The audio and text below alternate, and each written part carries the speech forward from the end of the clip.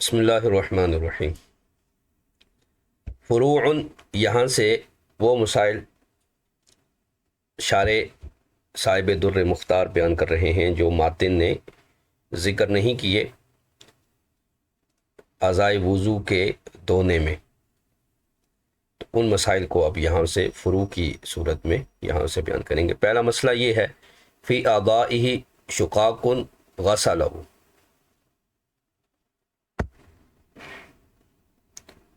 Check کریں آ رہی ہے؟ ہلو،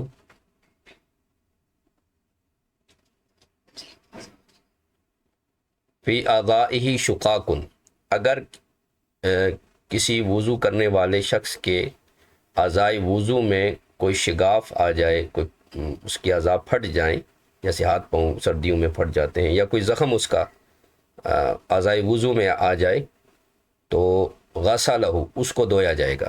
یعنی اعضائے وضو میں کوئی زخم ہے یا وہ پھٹ گیا ہے تو اس کو دھویا جائے گا۔ ان قادر، اگر اس کے دھونے پر قادر ہے، دھونے سے تکلیف نہیں ہوتی تو دھویا جائے گا۔ وَإِلَّا مَسَحَهُ، اگر دھونا ممکن نہیں ہے تو پھر اس کا مسح کریں گے۔ وَإِلَّا تَرَكَهُ، اور اگر مسح بھی نہیں ہو سکتا تو پھر اس کو چھوڑ دیں گے یہاں تک کہ وہ اتنا ٹھیک ہو جائے کہ اس پر مسح یا اس کا دھونا جو ہے وہ ممکن ہو جائے۔ تو اس کو جو ہے وہ پہلی صورت میں، پہلے مسئلے کی صورت میں بیان کیا کہ چھوڑ دیں گے اگر مسح بھی نہیں ہو سکتا۔ اور ولو بیدی، اگلا مسئلہ یہ ہے ولو بیدی ولا یقدر علی الماء، اگر وہی زخم اس کے ہاتھوں میں ہے تو اور وہ پانی پر قادر نہیں ہے، یعنی ہاتھ اس کے اتنے زخمی ہیں کہ وہ پانی استعمال نہیں کر سکتا، تو اس کے لیے حکم یہ ہے کہ تیمم، وہ تیمم کرے گا، اور تیمم کے ساتھ اس کی نماز امام اعظم کے نزدیک جائز ہوگی۔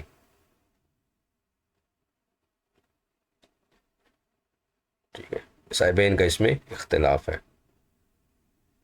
اور اگر اس کے پاؤں میں کوئی زخم ہو تو اس میں اس نے دوائی ڈالی تو اس پر پانی کو بہانا اگر جو ہے وہ ممکن ہے تو یہ کافی ہے۔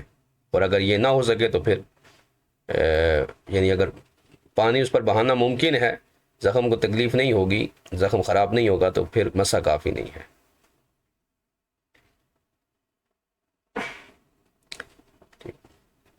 اگلا مسئلہ یہ ہے کہ اگر کسی کے اعضائے وضو کٹ جائیں، جیسے لو قطع من المرفق، اگر کسی کا ہاتھ کونی سے کٹ گیا تو غسل محل القطع، تو جو حصہ باقی بچا ہے اس کو دھوئے گا، محل قطع کو دھوئے گا، کیونکہ کونی کو بھی دھویا جاتا ہے، یہ فرض عملی ہے کونی سمیت ہاتھوں کو دھونا، لہذا کونی سے کٹا ہے، کونی چونکہ باقی ہے لہذا کونی کو دھویا جائے گا، جتنا ہاتھ باقی ہے اتنا دھویا جائے گا۔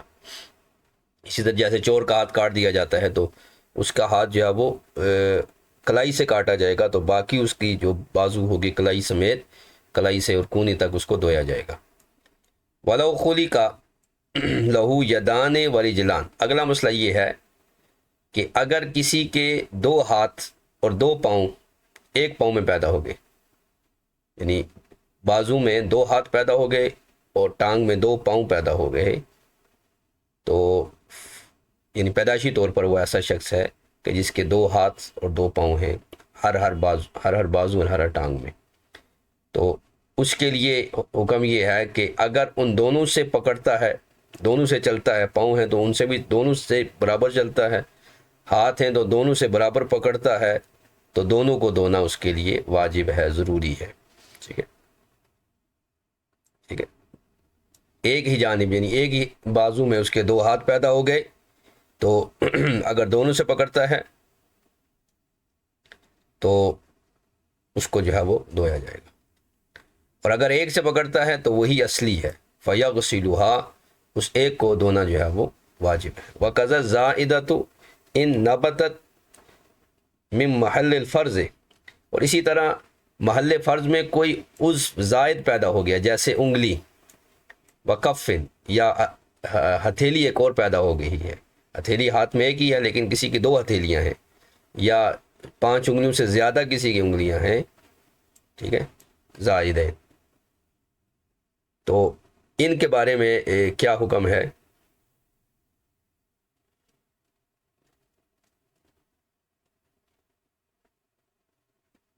کہ ان کو بھی جو ہے وہ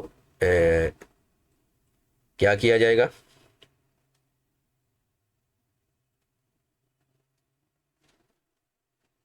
اسی طرح جو زائد انگلی یا ہتھیلی جو ہے وہ محل فرض میں پیدا ہوئی ہے، ٹھیک ہے، محل فرض میں 6 انگلیاں ہو گئیں، 7 انگلیاں ہو گئیں، یا 2 ہتھیلیاں ہو گئیں، تو اس کو زائد کو بھی دھویا جائے گا۔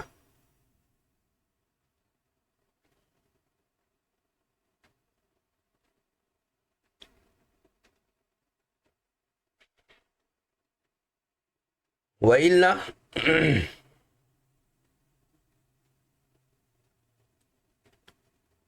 فما حاذا منہما محل الفرد غسلہ، اگر 2 انگلیاں یعنی زائد انگلی اور 2 ہتھیلیاں ہیں اور وہ دونوں سے کام لیتا ہے تو دونوں کو دھویا جائے گا، ورنہ جو محل فرض کے مقابل ہوگی اس کا دھونا جو ہے وہ اس کے لیے ضروری ہوگا، اور جو محل فرض کے مقابل نہیں ہوگی اس کو دھونا جو ہے وہ محل فرض سے متصل جو ہے وہ نہیں ہوگی، اس کا دھونا فرض نہیں ہوگا، لیکن یندب، لیکن اس کا دھونا بھی مستحب ہوگا۔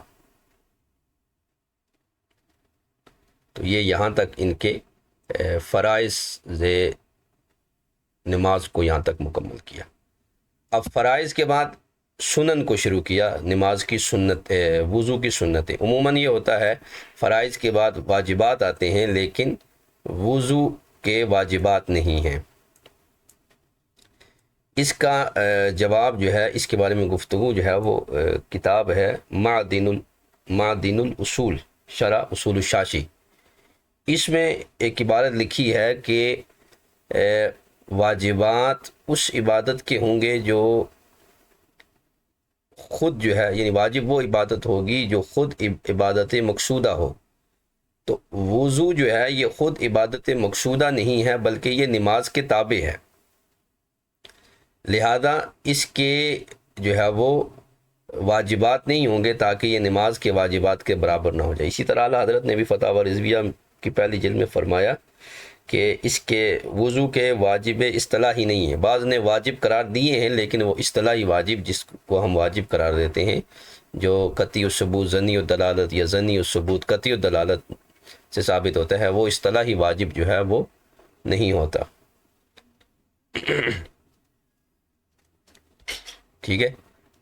اچھا، شارح معدن الاصول جو ہے وہ کہتے ہیں کہ چونکہ وضو جو ہے وہ عبادت غیر مقصودہ ہے،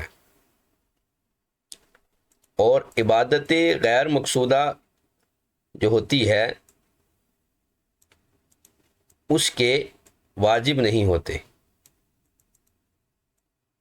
عبادت مقصودہ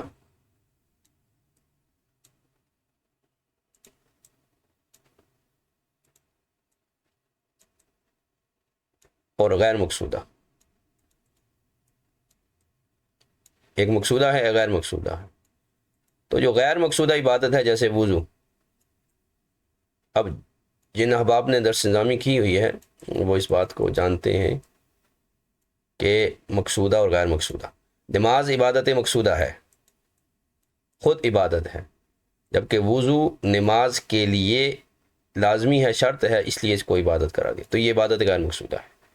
تو عبادت غیر مقصودہ کے واجب نہیں ہے۔ تو عبارت انہوں نے لکھی ہے، اس کے صفحہ نمبر 63 پر یہ عبارت موجود ہے، وہ ارشاد فرماتے ہیں، میں پڑھ دیتا ہوں، آپ اس کو نوٹ کر لیں، ریکارڈنگ میں یہ آ جائے گی، آپ اس کو سماعت کر لیجئے، پھر آپ اس کو تلاش بھی کر سکتے ہیں، کہ توضیح میں لکھا ہے کہ حاصل الفرق ان قراءۃ الفاتحہ فی الصلاۃ حسن فی نفسہا، یعنی قراءت فاتحہ چونکہ واجب ہے نماز میں، تو قراءت فاتحہ یعنی فاتحہ پڑھنا یہ حسن فی نفس ہی ہے، یعنی یہ نماز کے علاوہ بھی جو ہے وہ چونکہ قرآن ہے، قرآن کی تلاوت ہے، یہ حسن ہے، پس یہ فیصلح ان یجب بنفسہا، تو یہ صلاحیت رکھتی ہے کہ یہ خود سے واجب ہو، من غیر ان یتوقف اصل الصلاۃ علیہ، من غیر ان یتوقف اصل الصلاۃ علیہ، بغیر اس کے کہ یہ نماز پر موقوف ہو۔ اور نیت، کیونکہ عبادت وضو میں نیت ہو گئی اور اس کی جیسے دیگر جو سنتیں ہیں یہ نماز میں حسن ہیں، وضو میں حسن ہے لأجل الصلاۃ، نماز کی وجہ سے، فلا تجب الا بتوقف الصلاۃ علیہ، تو یہ وضو ضروری نہیں ہے مگر ان کا وجوب جو ہے وہ موقوف ہوگا نماز پر۔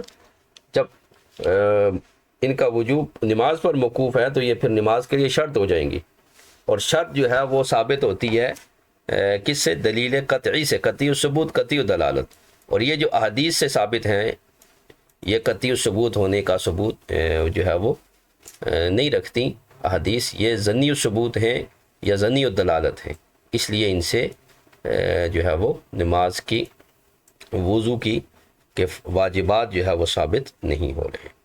تو یہ ایک فلسفہ ہے وضو کے واجبات کے نہ ہونے کا۔ اب یہاں پر علامہ شامی جو ہے وہ کچھ گفتگو کریں گے مطلب شامی میں فی سنت و تعریفہ، سنت اور اس کی تعریف میں۔ تو فرماتے ہیں کہ مشروعات جو ہیں، جو چیزیں مشروع کی گئی ہیں، جن کا کرنا جائز ہے یا واجب ہے یا ضروری ہے، ٹھیک ہے، وہ چار ہیں: فرض، واجب، سنت اور نفل۔ اب آگے اس کی تفصیل فرماتے ہیں کہ وہ کام جس کا کرنا ترک کرنے سے اولا ہے اور ترک کرنا منع ہے، اگر یہ دلیل قطعی سے ثابت ہو تو یہ فرض ہے، اور اگر کرنا اولا ہے نہ کرنے اور ترک کرنا منع ہے اور ثابت دلیل ظنی سے ہے تو یہ واجب ہے، اور کرنا اولا ہے اور ترک کی ممانعت نہیں ہے، بلا منع ترک، یعنی ترک کرنے کی ممانعت نہیں فرمائی، کرنا اولا ہے، تو پھر دیکھیں گے اگر نبی پاک صلی اللہ تعالی علیہ وسلم یا خلفائے راشدین نے حضور کے بعد اس پر ہمیشگی فرمائی تو وہ سنت ہے، اور اگر ہمیشگی نہیں فرمائی تو وہ مندوب اور نفل ہے۔ تو یہ چار اقسام جو ہے وہ انہوں نے مشروعات احکام شرع کی بیان فرمائی ہیں۔ پھر آگے سنت کی تقسیم کرتے ہیں کہ سنت کی دو قسمیں ہیں، ایک سنت ہدا ہے اور ترکھا یوجب اساءۃ و کراہیۃ۔ سنت ہدا اس کو کہتے ہیں کہ جس کا ترک کرنا جو ہے وہ برا ہے اور مکروہ ہے، جیسے جماعت، اذان، اقامت وغیرہ، اور دوسری سنت زائد ہے، سنت زوائد، اس کا ترک کرنا ایسا نہیں ہے، ٹھیک ہے، یعنی اس کا ترک کرنا برا اور کراہیت نہیں رکھتا۔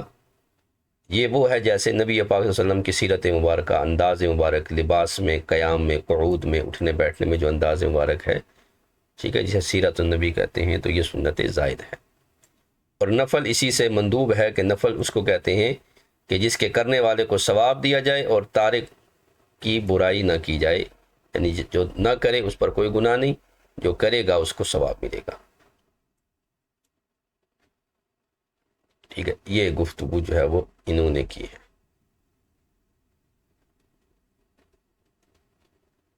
اب یہاں پر جو ہے وہ فرماتے ہیں کہ ان النفل من عبادات و سنن الزوائد من العادات، هل یکون احد، کیا یہ ایک ہی جیسے ہیں؟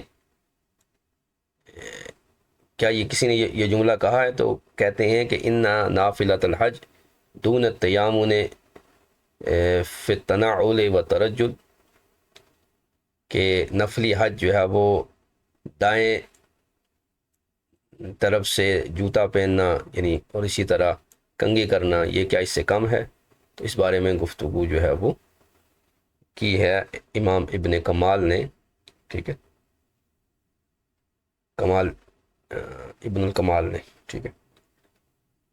کہتے ہیں فلا فرق بین النفل و سنن الزوائد من حیث الحکم، نفل اور سنت زائد میں حکم کے اعتبار سے کوئی فرق نہیں ہے، کہ لأنہ لا یکرہ ترک کل منہما، یعنی ترک کرنا ان دونوں کا وہ مکروہ نہیں ہے، لیکن فرق ایک وجہ سے ہے کہ انما الفرق کون الاول من العبادات، یعنی نفل کا تعلق عبادات سے ہے، اور جو سنن زوائد ہیں ان کا تعلق جو ہے وہ عادات سے ہے۔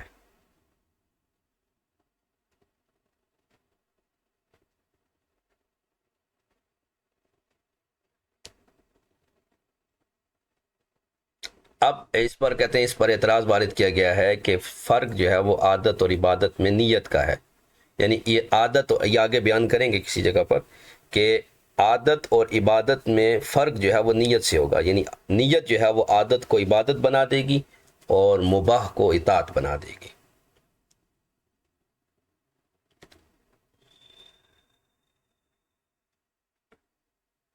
اب یہاں سے سنت کا معنی بیان کریں گے کہ لأن السنت ہی الطریقۃ المسلوکۃ فی الدین، دین میں پسندیدہ راستہ جس پہ چلا جائے اس کو سنت کہا جاتا ہے۔ فہی فی نفسہا عبادت، اور یہ فی نفس ہی عبادت ہے، اور اسے عادت کے ساتھ تعبیر کیا گیا،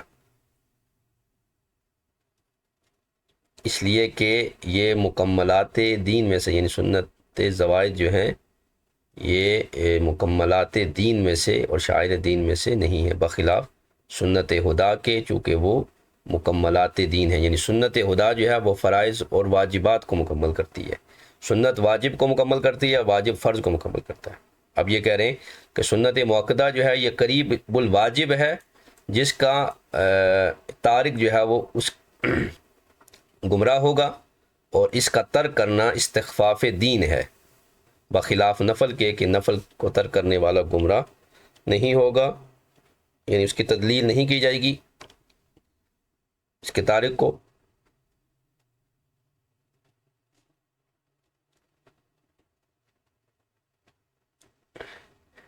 اب بعض نے کہا کہ فرض اور واجب کے علاوہ ایک نفل ہوتا ہے، اور نفل میں ان سب کو شامل کیا جاتا ہے۔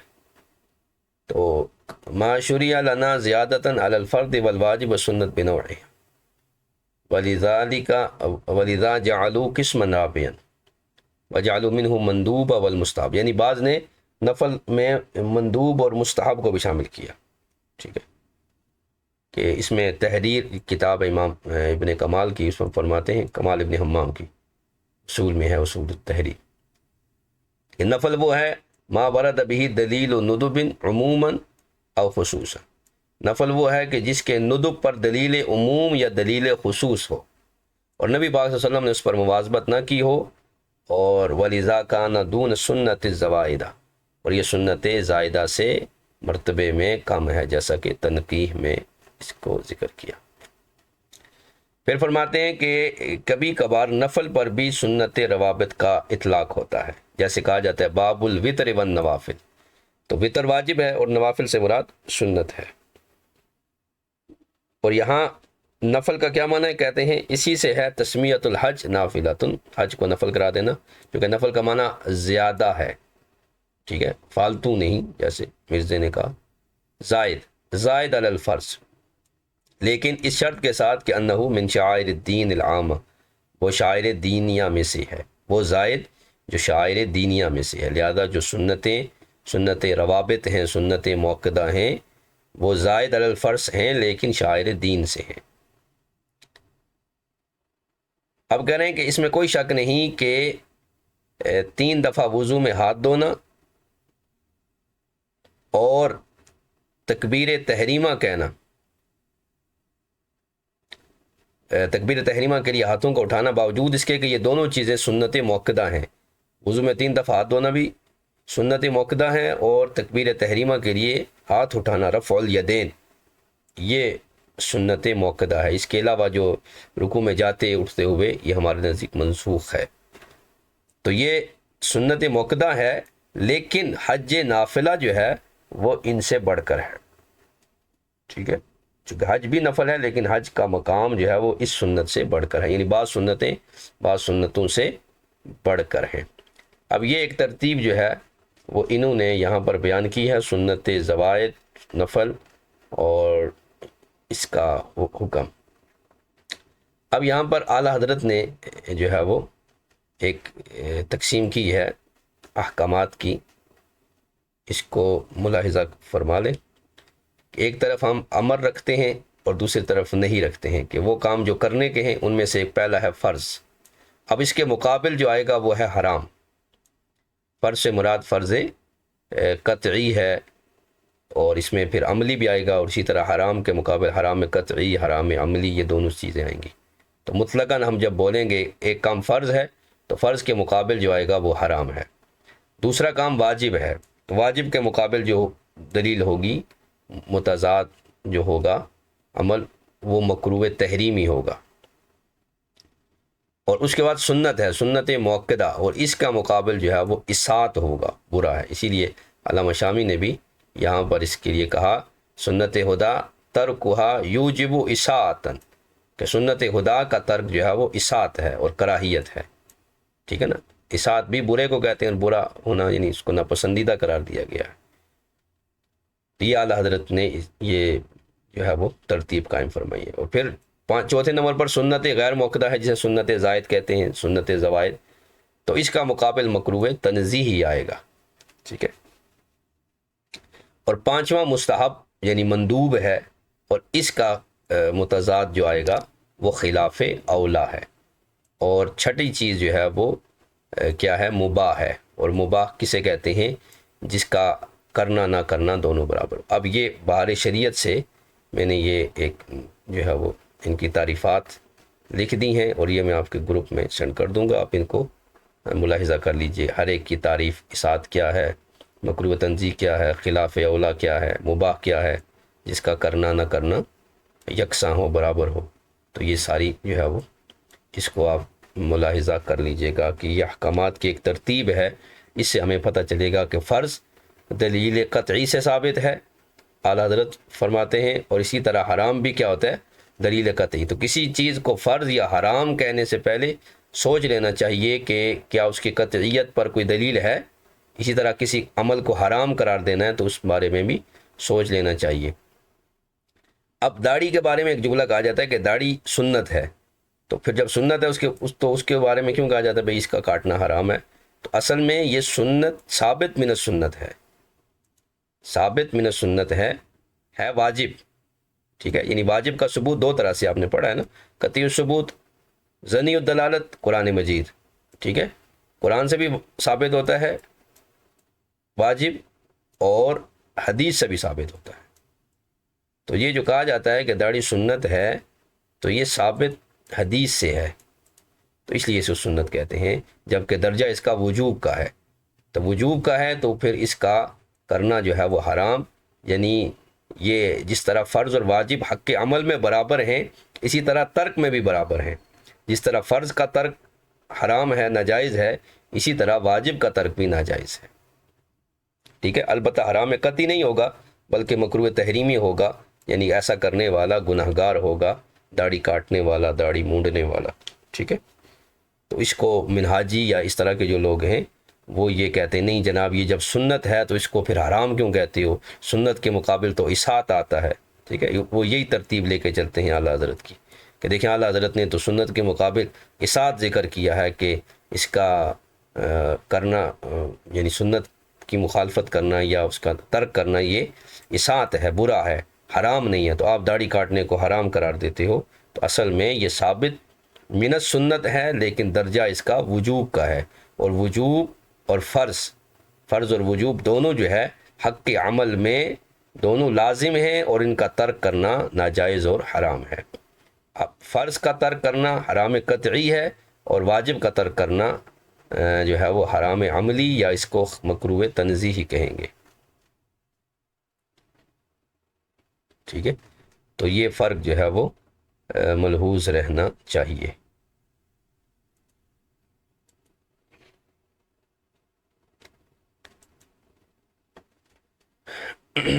اب یہاں پر ماتن نے ذکر کیا کہ وسننہ، اور وضو کی سنتیں، افاد انہ لا واجب للوضوء ولا للغسل، سنتیں ذکر کر کے مصنف نے یہ فائدہ دیا کہ وضو کے اور غسل کے واجب نہیں ہیں۔ وَإِلَّا لَقَدَّمَهُ، اگر واجب ہوتے تو اسے مقدم کرتے، کیونکہ واجب جو ہے یہ سنت سے بڑھ کر ہے، رتبے میں، مرتبے میں بڑھ کر ہے، تو اگر واجب ہوتے اس کے وضو کے اور غسل کے تو اسے مقدم کرتے، لہذا نہیں ہے، ٹھیک ہے۔ ارکان وضو کے بعد سنن کا ذکر کیا، اور غسل میں بھی، یعنی لم یذکر لہما واجبا ولو لم یکن کلام مفیدا ذالک لقدم ذکر الواجب علی السنت لأنہ اقوی، کیونکہ یہ واجب جو ہے سنت سے زیادہ قوی ہے۔ اور مراد واجب سے کیا ہے؟ جو فرض سے عمل میں کم ہو۔ وہو اضعف نوع الواجب، یہ واجب کے دو قسموں میں سے اضعف ہے، یعنی واجب عملی ہے، نہ وہ واجب جو کیا ہے جی عمل میں کیا ہوتا ہے، فرض کے مقابل ہوتا ہے۔ جیسے وضو میں کونیوں کو ٹخنوں کو دھونا یہ واجب ہے، یہ واجب عملی ہے، یہ اس دوسرے واجب سے، وضو کے واجبات سے اگر ہوتے تو ان سے بڑھ کر ہے۔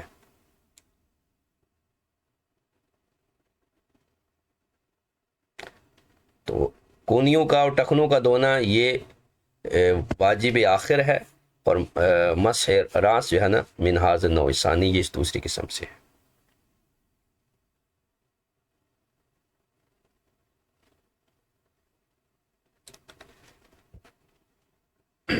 آگے فرماتے ہیں وَجَمَعَهَا، اور لفظ سنن ذکر کیا، وَسُنَنُهُ، سنت الوضو نہ کہا، سنن الوضو کہا، جمع کا صیغہ لائے، کیوں؟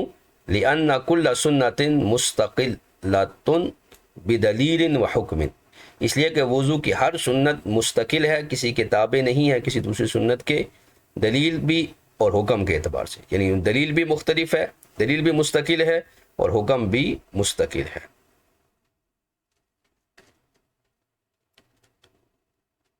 اب یہاں سے حکم بیان کرتے ہیں کہ سنت کا حکم کیا ہے۔ فرماتے ہیں ما یوجر علی فعلہ ویلام علی ترکہ، کہ وضو کا حکم، سنتوں کا حکم یہ ہے کہ سنتوں کو ادا کرنے والے کو اجر دیا جائے گا اور ترک کرنے والے کو ملامت کیا جائے گا، یعنی سنت کا چھوڑنا مستحق کے ملامت ہونے کی دلیل ہے، یعنی یہ کوئی معمولی بات نہیں ہے کہ سنت کو ترک کر دیا جائے، یلام اے یعاتب، ٹھیک ہے، اسے سخت ملامت کیا جائے گا لیکن اسے عذاب نہیں دیا جائے گا، ٹھیک ہے، جیسا کہ نہر توضیح تلوی میں ہے کہ ترک سنت المؤکدہ قریب من الحرام، سنت موقدہ کا ترک کرنا یہ قریب من الحرام ہے، اسی لیے داڑھی کے بارے میں کہا جاتا ہے داڑھی سنت سے ثابت ہے تو کاٹنا حرام ہے۔ ایک تو یہ ہو گیا کہ سنت موقدہ ہے تو قریب من الحرام ہے، ٹھیک ہے، اور دوسرا یہ کہ تارک سنت جو ہے وہ نبی پاک صلی اللہ علیہ وسلم کی شفاعت سے محروم ہوگا، اس لیے کہ نبی پاک صلی اللہ علیہ وسلم نے فرمایا من ترک سنتی لم ینل شفاعتی، جو میری سنت کو ترک کرے گا اسے میری شفاعت نہیں ملے گی۔ اب اس بارے میں گفتگو ہے کہ شفاعت سے مراد کیا ہے، جبکہ نبی پاک صلی اللہ علیہ وسلم کا ارشاد ہے میری شفاعت تو شفاعتی لأہل کبائر من امتی، میری شفاعت تو امت کے بڑے بڑے گنہگاروں کو ملے گی، تو پھر تارک سنت کو شفاعت کیوں نہیں ملے گی؟ تو اس بارے میں گفتگو یہ ہے کہ اگر تارک سنت نے استخفاف کے طور پر کی، ٹھیک ہے، ترک سنت استخفاف کے طور پر ہے، تو پھر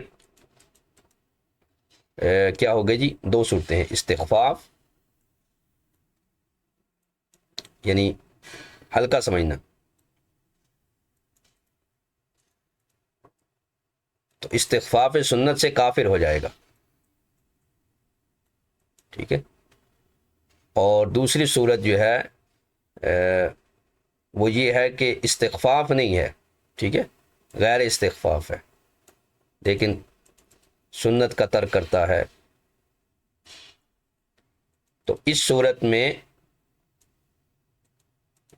اس کے لیے کیا حکم ہے کہ اسے ملامت کیا جائے گا، ملامت کیا جائے گا، اور شفاعت درجات سے محروم رہے گا، یعنی حضور کی شفاعت سے جو درجے بلند ہوں گے وہ اس تارک سنت کے درجے بلند نہیں ہوں گے، ٹھیک ہے، تو شفاعت عامہ ملے گی، شفاعت عامہ کا مستحق ہوگا، اور شفاعت خاصہ جو درجوں کی بلندی کے لیے ہوگی کہ اللہ میری اس امتی کے درجے اور بلند فرما، اس سے یہ تارک سنت محروم ہو جائے گا. ٹھیک ہے، یہ معنی ہے لم ینل شفاعتی، اسے میری شفاعت نہ ملے گی. ٹھیک ہے، تو تارک سنت کو ایک یہ معنی ہے، ایک اور معنی بھی علماء نے بیان کیا ہے کہ اسے حق کی شفاعت نہیں ملے گا. ٹھیک ہے، نہ حضور کی شفاعت ملے گی اور نہ خود حق کی شفاعت ملے گا، وہ کسی کی شفاعت نہیں کر سکے گا. حق کی شفاعت سے محرومی، تارک سنت. تو یہ اس حدیث کا معنی ہوگا. ٹھیک ہے، تو یہ حکم ہے سنت کا کہ سنت کے کرنے والے کو اجر دیا جائے گا اور ترک کرنے والے کو ملامت کیا جائے گا. اور تحریر میں امام نے فرمایا، امام کمال ابن حمام نے، ان تارکہا یستوجب تضلیل واللوم، اسے ملامت اور گمراہی کے ساتھ موجب کیا جائے گا. اور یہ کب ہے؟ جب کیا ہو؟ بلا عذر، بغیر عذر کے، علی سبیل الاصرار ہو، جیسے یہ غیر مقلدین نے سنتیں پڑھنا ہی چھوڑ دی ہیں. ٹھیک ہے، تو یہ اس وقت ہے. اگر کبھی کبھار سنتیں ترک کر دیتا ہے تو اس کا یہ حکم نہیں ہے، جیسا کہ شرح تحریر میں ابن حمام کے شاگرد امام ابن امیر حاج نے اس کے بارے میں تصریح فرمائی ہے کہ یہ حکم جو ہے وہ علی سبیل الاصرار ہوگا، لا غیرہا ولا فیہا، لا علی سبیل الاصرار. تو علی سبیل الاصرار کرے گا تو اس کو جو ہے وہ اس کا یہ حکم. اب اس سے آگے جو ہے وہ انشاءاللہ ہم کل پڑھیں گے.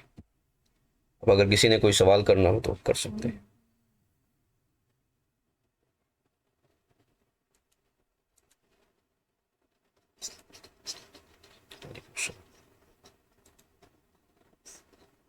یعنی دونوں کا کرنا ضروری ہے، فرض بھی کرنا ضروری ہے، لیکن قضا ہے نا، جب فرض رہ جائے تو فرض کی بھی قضا ہے، اور وطر واجب ہے تو وطروں کی بھی قضا ہوتی ہے. تو عمل میں دونوں واجب ضروری ہیں کہ دونوں کا کرنا، چھوڑیں گے تو دونوں کی قضا ہوگی.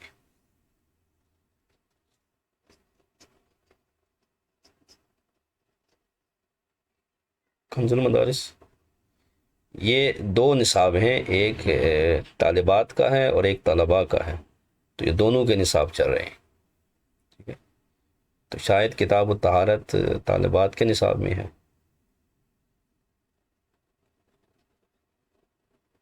طالبات کی اسلامی بہنوں کے شاید ان کے نصاب میں ہے. بہرحال جو جس اکیڈمی میں آپ پڑھ رہے ہیں ان کے نصاب میں ہے. شاہ صاحب نے جو مجھے نصاب بھیجا تھا اس میں یہ کتاب الطہارت شامل ہے، طہارت، نماز اور ساری چیزیں.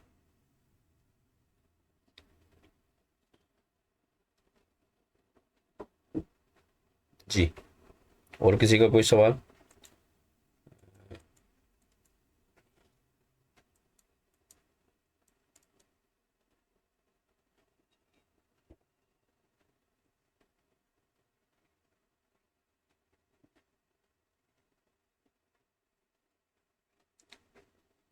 نہیں نہیں، فائدہ تو ہے. اب یہ چیزیں دیکھیں، مسائل تو لوگ یہی پوچھتے ہیں نا، طہارت کے، نماز کے. ٹھیک ہے،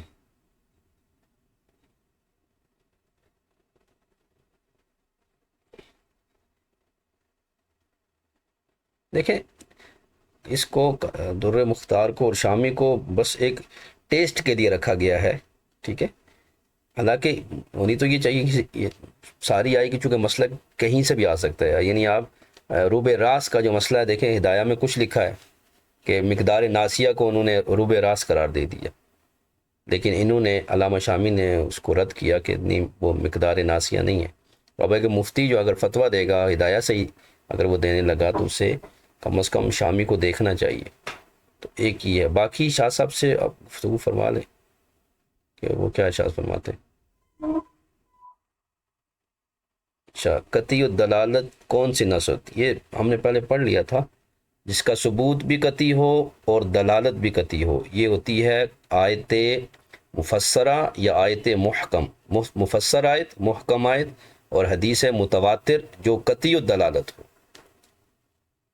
تو اس سے فرض اور حرام میں قطعی، فرض اعتقادی اور حرام قطعی ثابت ہوتا ہے۔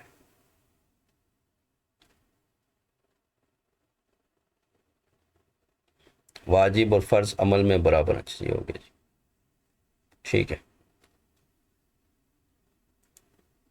ٹھیک ہے، اگر کسی کا اور کا سوال نہیں تو کلاس کو ختم کرتے ہیں۔